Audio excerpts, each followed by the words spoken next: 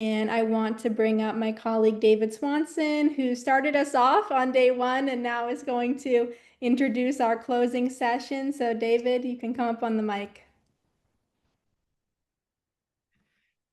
Sorry, I'm going to switch to listening in English, which I will do better at than Spanish. Greta, I think you just introduced me, and I'm assigned to introduce the great Kathy Kelly. So if I have that right, let me just say Kathy Kelly is, as you know, the board president of World Beyond War, and she has been an inspirer and an organizer and an educator of all of us for many years. She is, I think, a leading exposer of the immorality of war.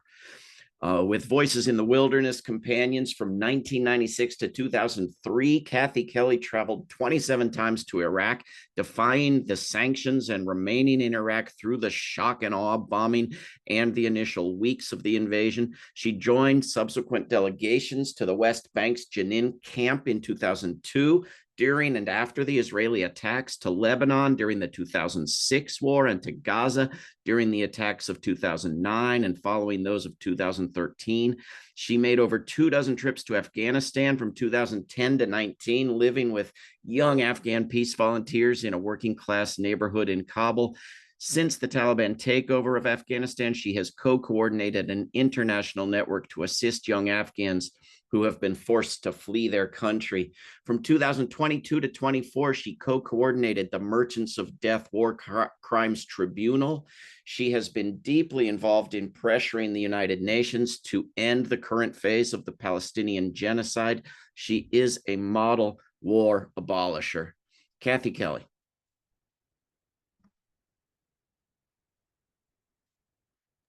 Oh, sorry, 1 second, Kathy, I have to give you, okay, there you go. You can unmute.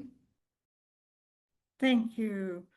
Well, thank you, David, for that introduction. And I want so sincerely to thank all of the planners for this conference. You gave us an evocative, interesting, challenging set of 3 days worth of presentations, and to all of the presenters, thank you also.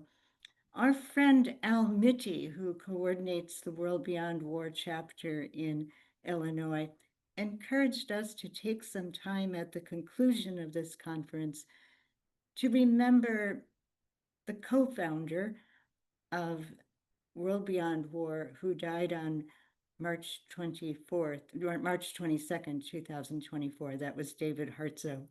And there's a book that was written about Gandhi entitled Lead Kindly Light. And I often think of that as a three-word entitlement of David Hartsoe's life: kindly, utterly kindly, and yet always leading. And he was a leader in the civil rights movement. He helped shape that movement by being part of lunch counter sit-ins at a very young age.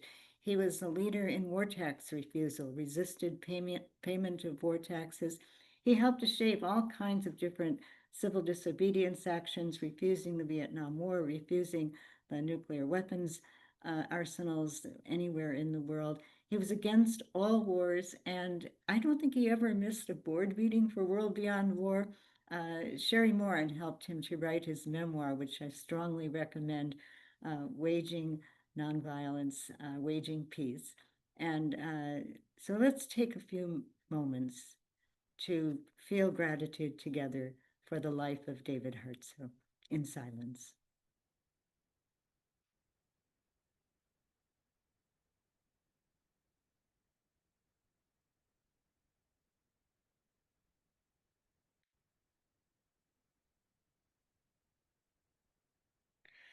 So in opening remarks for this conference, David Swanson, you pointed out how ludicrous it seems now to speak about tweaking enslavement to make it better, or reforming the institution of enslaving other human beings.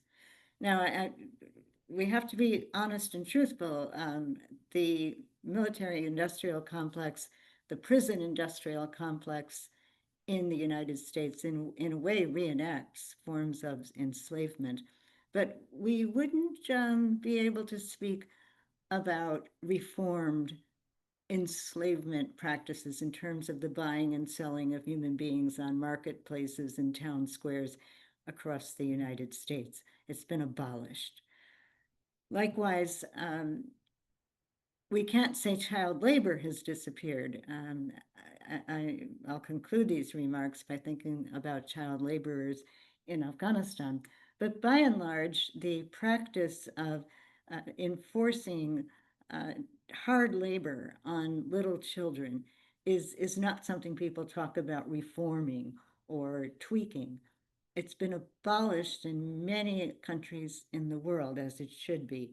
And then one that is more readily in agreement, we could say, consigned to the dustbin of history, the practice of dueling. Very seldom would two people decide to solve a dispute by, pacing off, turning around, and shooting each other.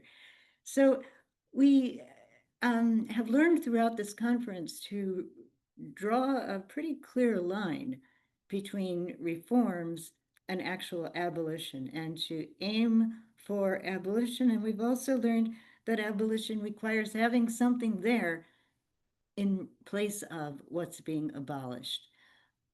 And so I'd like to draw from two stories in my own life, one from a war zone and one from a prison, which have helped me think about these matters of abolition. And I suppose in some ways you could talk about practicing the works of mercy as opposed to the works of war. But in a way, in our situation right now, it's a work of mercy for the whole planet if we're to survive. So the first story comes from a time when I was in Afghanistan as a guest of the Afghan peace volunteers, some of whom have joined this conference and are thinking about forming a World Beyond War chapter. I really hope that can happen. But in 2009, the United States had decided, after it had been at war in Afghanistan since 2001, that it was necessary to have a surge of even more US troops. And so President Obama sent 30,000 more US troops into Afghanistan. And at that point, according to Brown University's calculations, the cost to keep one US soldier in Afghanistan for 1 year was $2 million. $2 million per soldier per year. Well, I have O negative blood, and so they would always be glad to see me at the Emergency Surgical Center for Victims of War so I could donate blood. And I really admired these people with all my heart and got to know them pretty well, along with the Afghan peace volunteers. And I told a nurse, an Italian nurse at this highly respected hospital, this particular statistic about $2 million per soldier per year. And Emmanuel said, Allora, suppose you tell 6 of your soldiers to go home and you give me that money. Well, that's $12 million, right? And he asked the question, what would I do with it? And then he said, oh, the answer is easy. I build a new hospital.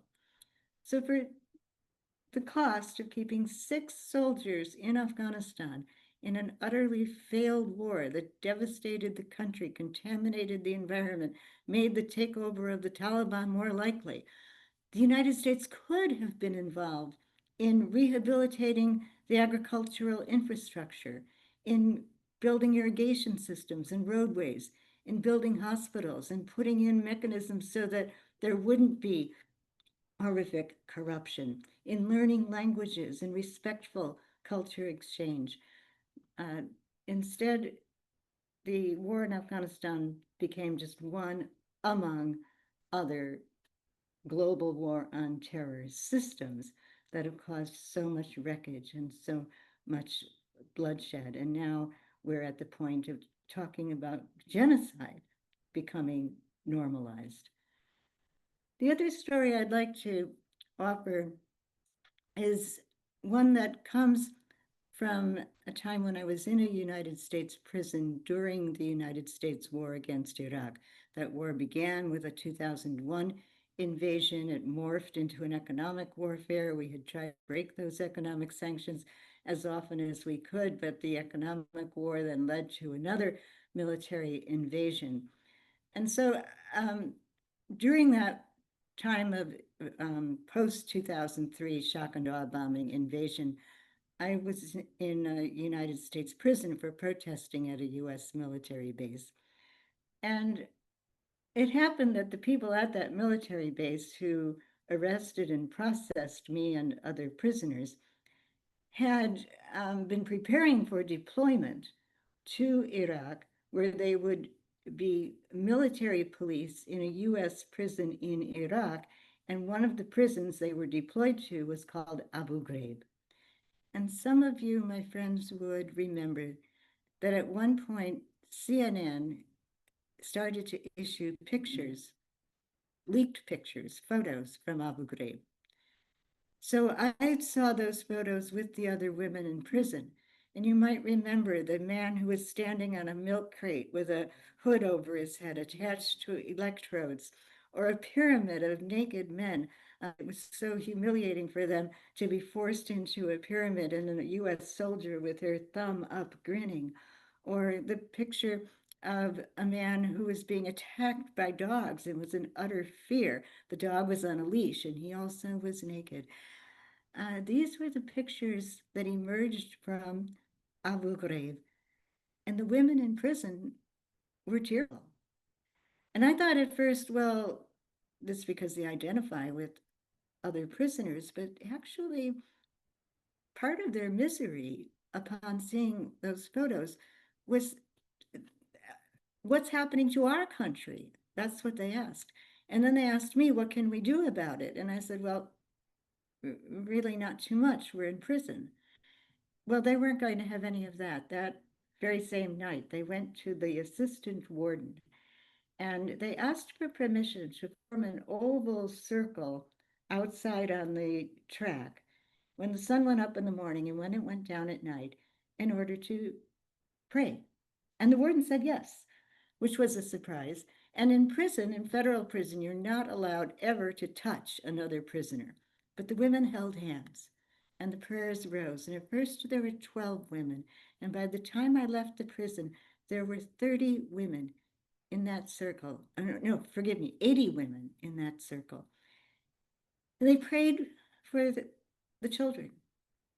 They prayed for children in Iraq. They prayed for their own children, for an end to war, for forgiveness, for the soldiers who were sent off to wars, for the guards in the prison and their families. And they were such a manifestation of compassion and solidarity. Now, across from that women's minimum security prison was a men's maximum security prison, and the median sentence length in that prison was 27 years. We would watch young men shackled, shuffling off of a bus and going into that maximum security prison, and they wouldn't leave until they were grandfathers. Now, it happened that the woman who coordinated the gospel choir, her name was Sherry, was extremely well respected by really everyone in the prison, prisoners, wardens, guards. And when it was your final day at the prison, Sherry would be given the keys to a Jeep, and she would drive you to the train station or the bus station, and then you'd go on your way. So it was my last day. And as Sherry was driving me out of the prison, she and I talked a bit about that prayer circle because she had never come to it. And she took one hand off the steering wheel and placed it on mine. And she said, Kathy, baby, I know you care a lot about those people over there in Iraq. And believe me, I do too. And we were driving right past the men's prison. And she said, at least our boys aren't over there in Iraq. Our boys are all in there. I can't tell you exactly what she meant. We were at the door of the bus station. I gave her a hug goodbye. But I wonder if she wasn't saying that war is so awful, it's so wrong, it's so hideous, that it might be better to be in a cage than to be killing the sons and daughters of other people in another land. And so we surely have our work cut out for us. But I think of those children who, in a sense, their childhood was stolen from them in Afghanistan. They were forced into child labor in very harsh circumstances, cold winters. They were victims potentially as they grew older of getting lured into or forced into human trafficking. A very, very difficult situation. But those very same children, whom the Afghan peace volunteers introduced many of us to, knew that gun culture was so bad for their society that they organized a day when they collected as many toy guns as they could. And then they got a plastic hammer and they beat the guns, these plastic guns, into smithereens. And then they buried the toy guns. And I think they were in a straight plumb line with the words etched on the wall across from the United Nations, words we haven't figured out how to live up to, that say, "When shall come the day when they shall beat their swords into plowshares and their spears into pruning hooks. Nation shall not lift the sword against nation, neither shall they continue to learn the ways of war any longer. Let us be guided by those children. Let us bury the guns, abolish the wars, and build a world beyond war." Thank you.